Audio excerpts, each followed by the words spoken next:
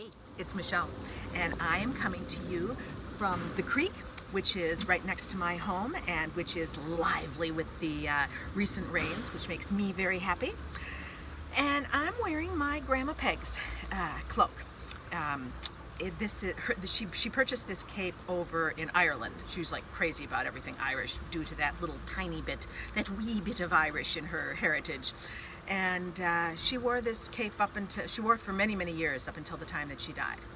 And so I'm thinking about Ireland, it being the new moon of St. Patrick's Day, and thinking about what I read recently about how the Druids had this real fascination with all things paradoxical, those things that are sort of in between, like for instance the mist.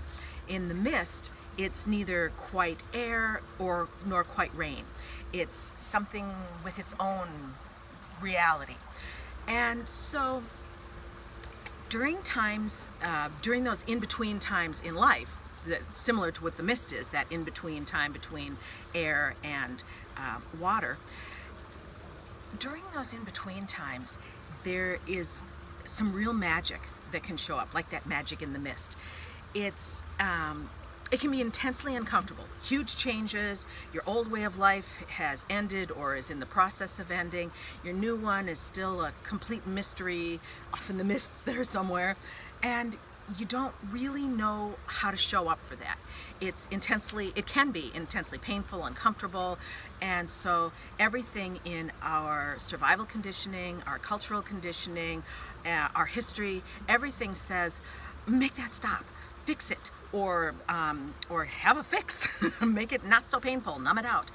And yet, it is in that in-between place, if you are willing to be present, right in the middle of that, in the middle of the discomfort of the